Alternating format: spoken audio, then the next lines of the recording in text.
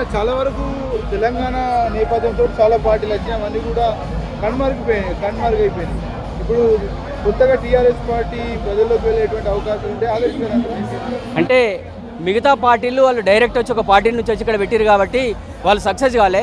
తెలంగాణ జాగృతి అనేది 2006 నుంచి గత 20 సంవత్సరాల నుంచి ప్రజల పక్షాన పోరాడుతూ ప్రజా సమస్యల మీద అనేకమైన పోరాటాలు చేస్తూ ప్రజలకు అందుబాటులో ఉంటూ అదేవిధంగా బీఆర్ఎస్ చేసేటువంటి అప్పుడు పాత టీఆర్ఎస్ ఇప్పుడున్నట్టు బీఆర్ఎస్ కూడా ప్రశ్నిస్తూ మీరు ఈ పని చేయండి, ప్రజల పక్షాన నిలవండి అని చెప్పి మాట్లాడినందుకు ఆ చుట్టుపక్కల ఉన్నటువంటి కొన్ని గుంటనక్కల మాటలు విని కేసీఆర్ మంచోడే, కానీ చెప్పుడు మాటలు విని ఈ ప్రజాపాలన గాలికి వదిలేసి అప్పుడు ఉన్నటువంటి 10 సంవత్సరాలు ఏం చేయలేరు, ఇప్పుడున్నటువంటి కాంగ్రెస్ కూడా చేస్తలేదు. కాబట్టి BRS national party, Jagruti national party, Congress national party, ఈ తెలంగాణ కూడా కొట్లాడేటువంటి ఏకైక పార్టీ తెలంగాణ.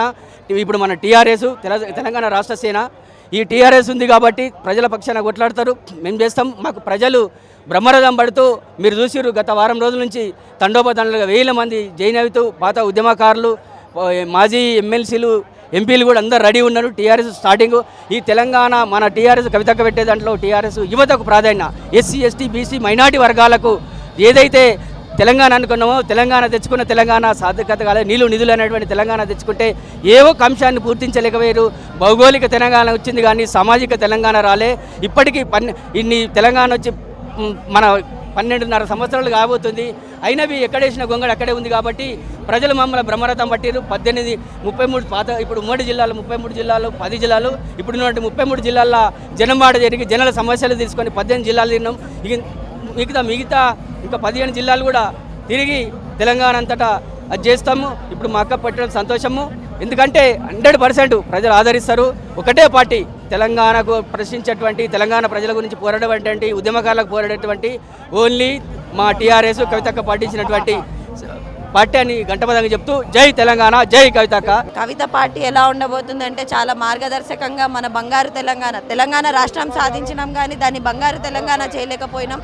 కాబట్టి ఎట్టి పరిస్థితుల్లో రానున్న రోజుల్లో అక్క డెఫినెట్గా బంగారు తెలంగాణ అంటూ యువతని ముందు వేస్తూ, మహిళల్ని ముందుకేస్తూ ఉచిత విద్య, ఉచిత వైద్యం ఇస్తూ మన బంగారు తెలంగాణని మనం సాధించుకోబోతున్నామని చెప్తున్నాం. 100% ఉంది. ఎప్పటి నుండో అక్క ఆల్రెడీ నిన్న కూడా చెప్పారు, కురు వృద్ధులు కాదు, 75 సంవత్సరాలు చేసే కురు వృద్ధులు పార్టీలో రావడం వల్ల బలం కాదు, మాలాంటి వాళ్ళు యువత రావాలి. మేము ఎప్పుడైనా ఎక్కడైనా ఏ టైంలో అయినా రెడీ. ప్రజల గురించి, ప్రజల సమస్యల గురించి చదువుకున్న వాళ్ళు ముఖ్యంగా రావాలి. చాలామంది రాజకీయాలంటే చదువుకున్న వాళ్ళు చాలా దూరంగా ఉంటారు, కానీ అక్క మెయిన్గా అదే చెప్తుంది, యూత్ రావాలి, చదువుకున్న వాళ్ళు రావాలి, ఎంప్లాయీస్ రావాలి. అప్పుడే మన తెలంగాణ మనం ఎలా అనుకున్నామో అలాంటి తెలంగాణ మనం సాధించబోతున్నాం. ఎక్కడున్నారండి? 4-5 సంవత్సరాలు అవుతుంది, వితంతు పెన్షన్ లేదు, తులం బంగారం అన్నారు అది లేదు, స్కూటీలు అన్నారు లేదు, 2500 అన్నారు ప్రతి మహిళకి అది లేదు, ఫ్రీ బస్ అని చెప్పి మాకు గొడవలు పెడుతున్నారు అది లేదు. ఎక్కడి నుండి మహిళలు ఉన్నారని వాళ్ళు చెప్పుకుంటున్నారు. ఎవరు చెప్తున్నారు? ఎక్కడి నుండి ఇస్తున్నారు?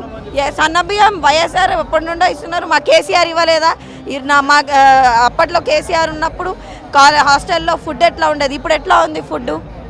ఇప్పుడు అక్క అదే అంటున్నారు, కాంగ్రెస్ అనేది చాలా పెద్ద ఫెయిల్యూర్. వాళ్ళు ఇచ్చిన 2.5 సంవత్సరాలలో కూడా వాళ్ళు ఏమీ కూడా చేయలేదు.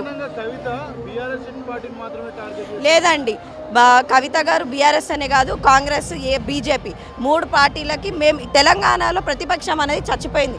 అలాంటి ప్రతిపక్షమే ఇవాళ కవితక్క. మేము బ్రహ్మరథం పడతా ఉన్నారు, వేరే పార్టీలను ఏవి కూడా ప్రజలు ఆదరించేటువంటి పరిస్థితులు అని చెప్తా ఉన్నారు. ఈ నేపథ్యంలో టీఆర్ఎస్ పార్టీకి ప్రజాదరణ పొందేటువంటి అవకాశం ఏంటంటే, ముందుగా వైఆర్ టీవీ ప్రేక్షకులు తెలంగాణ ప్రజలకు శుభాకాంక్షలు తెలియజేస్తూ, నూతన ఉత్తేజాన్ని నింపినటువంటి టీఆర్ఎస్ పార్టీ ఇవాళ రాష్ట్రంలో కాంగ్రెస్ పార్టీ దాష్టికం కొనసాగుతూ ఉంది.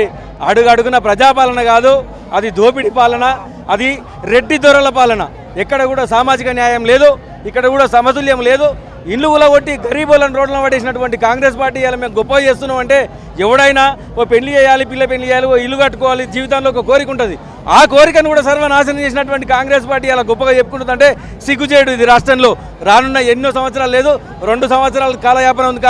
ఖాళీ బొందబెట్టే రోజుల దగ్గరనే ఉన్నాయి, దింపుడు గల్లం దగ్గరనే ఉంది కాంగ్రెస్ పార్టీకి.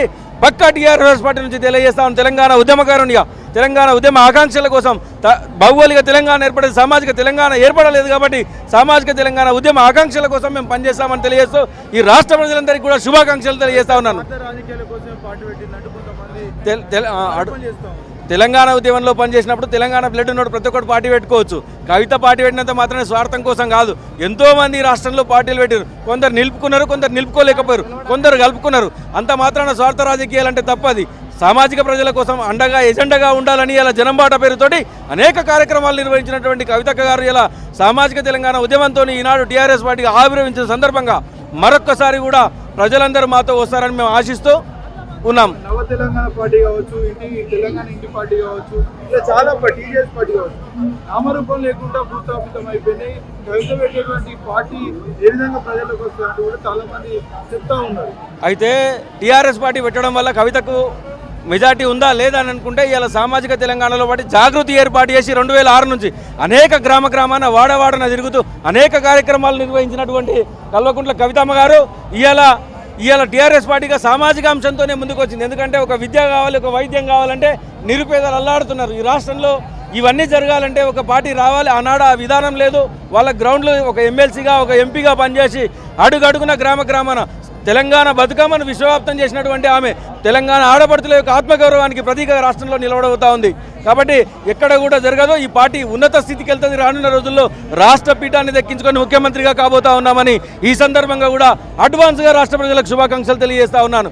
జై తెలంగాణ, జోహార్ తెలంగాణ అమరవీరులకు, జై టీఆర్ఎస్. అన్న చాలా పార్టీలు భూస్థాపితం అవ్వడం వేరు, మా కవితక్క గారు పార్టీ పెట్టి సామాజిక తెలంగాణ కోసం పోరాడతామని వేరు. అక్కగారు గత 20 సంవత్సరాల నుండి కూడా పేద ప్రజల మధ్యలో ఉంటూ సామాజిక కార్యక్రమాలు చేస్తూ జాగృతి ద్వారా అనేక కార్యక్రమాలు చేయడం జరిగింది. మా పార్టీ వేరు, గతంలో పెట్టిన పార్టీలు వేరు. మేము ఖచ్చితంగా మా అక్కగారిని సీఎం చేసుకుంటాము. మాకు న్యాయం జరిగింది.